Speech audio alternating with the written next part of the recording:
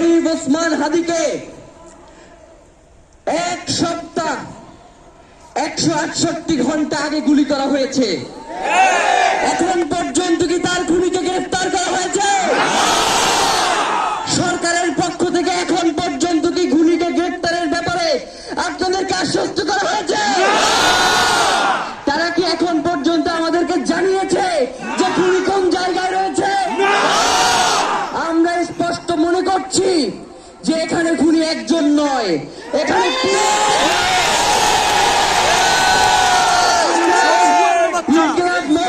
তার পরিবারের পক্ষ থেকে আপনাদেরকে জানিয়ে দিতে চাই, খুনের পরিকল্পনাকারী, খুনের সহায়তাকারী এবং পুরো খুনি চক্রকে বিচারের আওতায় নিয়ে আসতে হবে এবং আগামী 24 ঘন্টার মধ্যে স্বরাষ্ট্র উপদেষ্টা এবং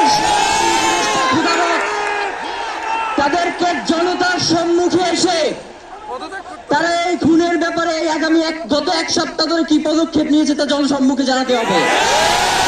যদি তারা জানাতে না পারে তাহলে তাদেরকে পদত্যাগের জন্য প্রস্তুত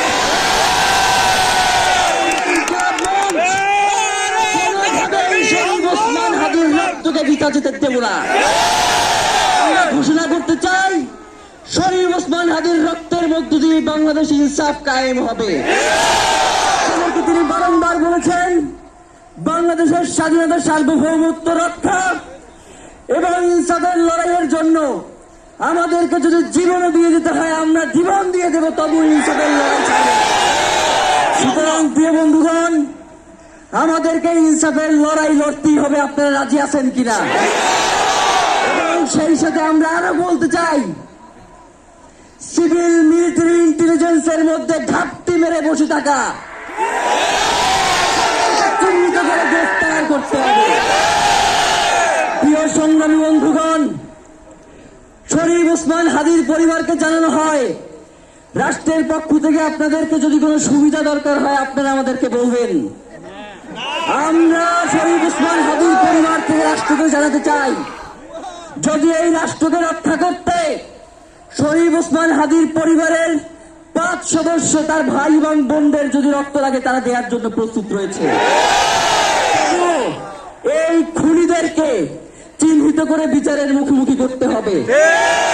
আমরা আপনাদেরকে আরেকটা ঘোষণা দিয়ে আজকের বক্তব্য শেষ করতে চাই, ওসমান হাদির নিরাপত্তার জন্যই কোন জায়গা থেকে তার লাশ নিয়ে যাওয়া হবে আমরা জানি না।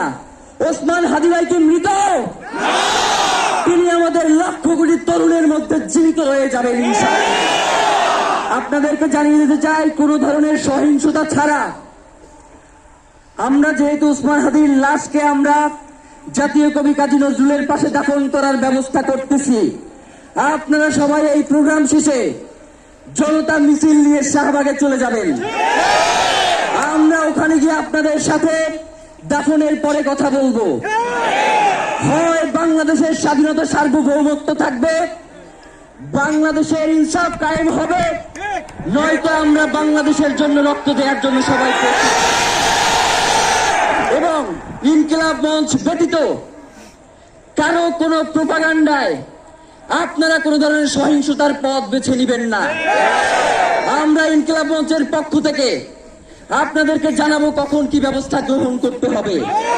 আপনাদের সকলকে, এই লক্ষ লক্ষ মানুষকে, আজকে শরীফ ওসমান হাদির জন্য যারা এসেছেন, শহীদ শরীফ ওসমান হাদি, তাকে আমরা সবাই দোয়া করব এবং তার যেই লড়াইয়ের পথ, তার যেই সাংস্কৃতিক আন্দোলন, তার যেই আধিপত্যবাদের বিরুদ্ধে লড়াই, আমরা সকলে সেটাকে একসাথে প্রতিহত করব। বাংলাদেশ জিন্দাবাদ, ইনকিলাব জিন্দাবাদ, নারায়ে তাকবীর।